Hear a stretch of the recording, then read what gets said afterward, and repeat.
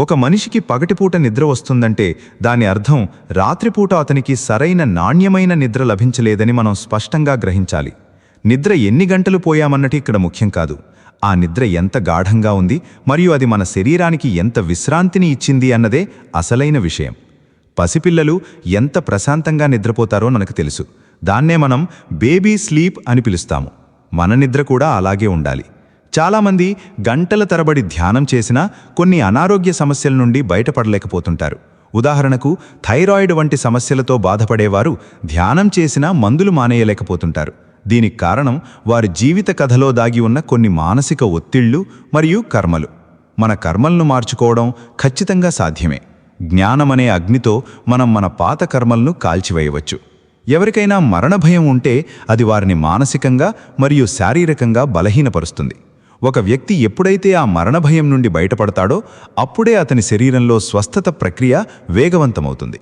మనిషి తనను తాను నిజంగా ప్రేమించుకోవడం మొదలుపెట్టినప్పుడే తన ఆరోగ్యం పట్ల పూర్తి శ్రద్ధ వహిస్తాడు. డయాబెటీస్ ఉన్నా, తీపి తినడం లేదా ఊబకాయం ఉన్నా వ్యాయామం చేయకపోవడం వంటివి ఆత్మప్రేమ లోపించడాన్నే సూచిస్తాయి. ఒక ఆధ్యాత్మిక వైద్యుడిగా మనం చెప్పేదేమిటంటే, ఈ ఆధ్యాత్మిక జ్ఞానమనే గోళీలను తీసుకోవడం ద్వారా మనం అనారోగ్యాన్ని తరిమికొట్టవచ్చు. ప్రస్తుతం ప్రపంచవ్యాప్తంగా లైఫ్ స్టైల్ మెడిసిన్ లేదా జీవనశైలి వైద్యం ప్రాముఖ్యత పెరుగుతోంది. అమెరికా, బ్రిటన్ మరియు భారతదేశంలో కూడా ఈ విధానం విస్తృతంగా వ్యాపిస్తోంది. ప్రపంచ ఆరోగ్య సంస్థ చెప్పినట్లుగా శారీరక, మానసిక, సామాజిక మరియు ఆధ్యాత్మిక స్థాయిలను ఒక వ్యక్తి ప్రశాంతంగా ఉన్నప్పుడే అతను సంపూర్ణ ఆరోగ్యవంతుడు. ధ్యానం మరియు యోగా ఈ ప్రక్రియలో కీలక పాత్ర పోషిస్తాయి.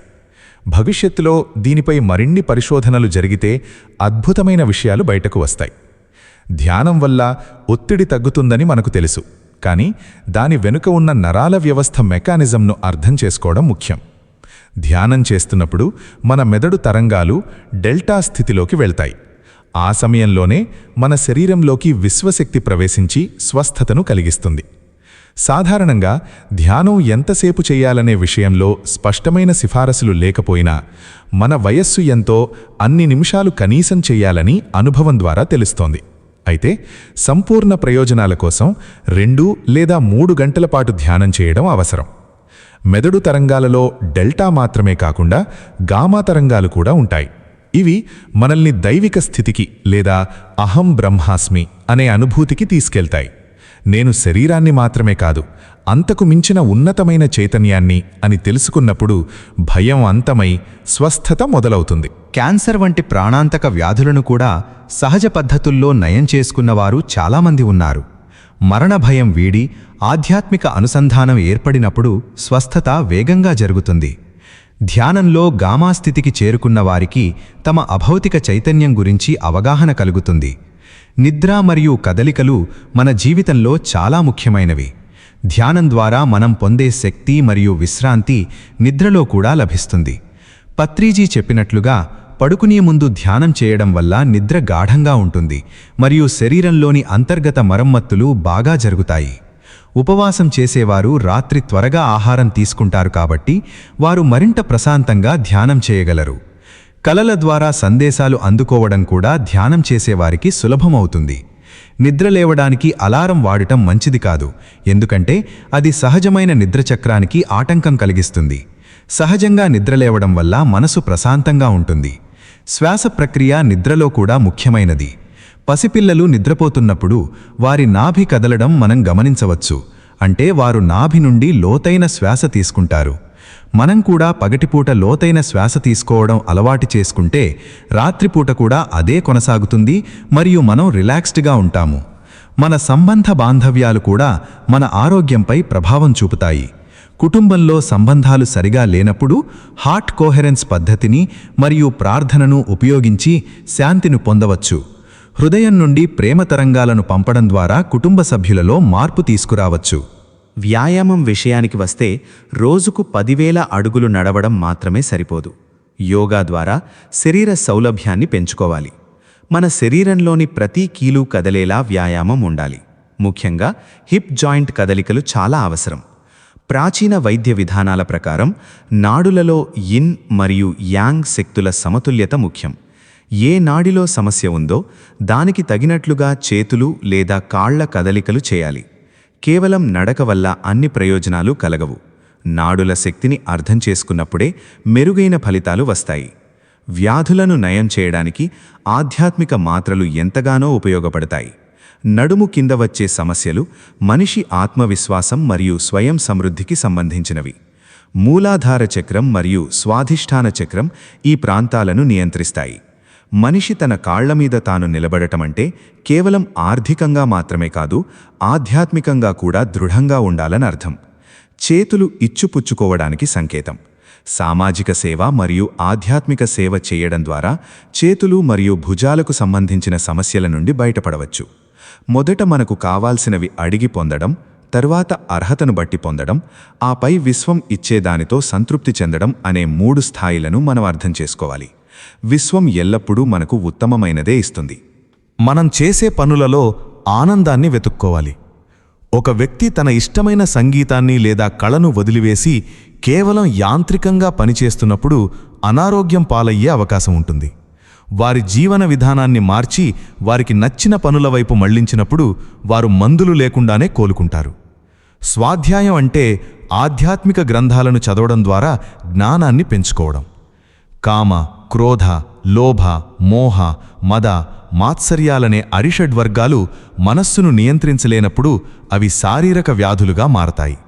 మనస్సు తరంగాలు సరిగా లేకపోతే శరీర శక్తిలో అంతరాయం ఏర్పడుతుంది. అందుకే ప్రతి వ్యాధి వెనుక ఉన్న కారణాన్ని ఆధ్యాత్మిక పుస్తకాల ద్వారా తెలుసుకోవాలి. పత్రిజీ మరియు ఇతర మాస్టర్లు సిఫారసు చేసిన పుస్తకాలను చదవడం వల్ల మన మేధస్సు వికసిస్తుంది.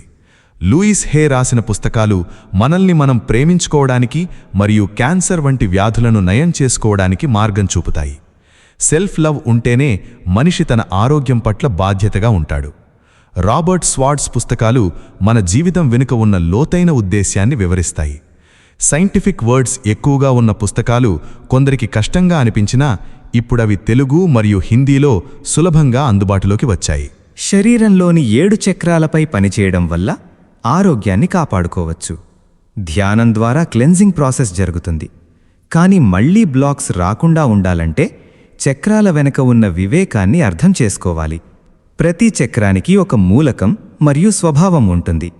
మూలాధార చక్రం స్థిరత్వాన్ని, స్వాధిష్ఠాన చక్రం సౌలభ్యాన్ని మరియు భావోద్వేగ సమతుల్యతను ఇస్తుంది. మణిపూరక చక్రం మన సంకల్ప శక్తిని మరియు సమయపాలనను నియంత్రిస్తుంది. అనాహత చక్రం మనల్ని అందరితో ఒకటిగా లేదా వన్నెస్లో ఉండేలా చేస్తుంది. విశుద్ధ చక్రం ద్వారా మనం మాట్లాడే తీరు మరియు ఆధ్యాత్మిక ప్రచారం మెరుగుపడతాయి.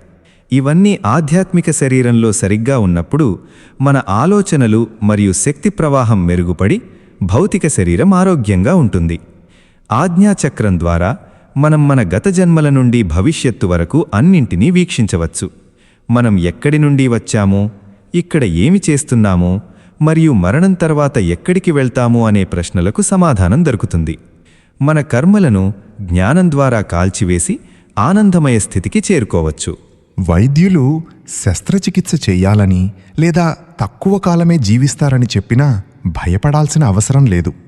వైద్య విధానంలో భయం ఎక్కువగా ఉంటుంది, కానీ ఆధ్యాత్మిక విధానంలో ధైర్యం మరియు స్వస్థత ఉంటాయి. మనం మన అంతర్గత శక్తితో అనుసంధానమైనప్పుడు ఇంట్లోనే ఉండి ఏ వ్యాధినైనా నయం చేసుకోవచ్చు. 90% పరిస్థితుల్లో శస్త్రచికిత్స అవసరం లేదు. ఆధ్యాత్మిక శాస్త్రాన్ని కొంచెం నేర్చుకుంటే మనం మన జీవితాన్ని ఎంజాయ్ చేయవచ్చు. ఎలోపతి, హోమియోపతి వంటి ఏ వైద్య విధానాన్ని అనుసరిస్తున్నా వాటికి ధ్యానం మరియు ఆధ్యాత్మిక జ్ఞానాన్ని జోడిస్తే అది సంపూర్ణ ఆరోగ్య శాస్త్రం అవుతుంది. మనం కేవలం శరీరాన్ని మాత్రమే కాకుండా ఆత్మను కూడా పరిగణనలోకి తీసుకోవాలి.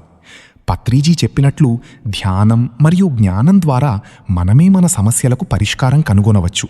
ఆధ్యాత్మిక మాత్రలను తీసుకోవడం ద్వారా మనం మన అనారోగ్యాన్ని మందులు లేకుండానే నయం చేసుకోవచ్చు. ఆధ్యాత్మికత అనేది మన జీవితంలో ఒక భాగం కావాలి. అప్పుడే మనం ఆరోగ్యంగా మరియు ఆనందంగా జీవించగలము.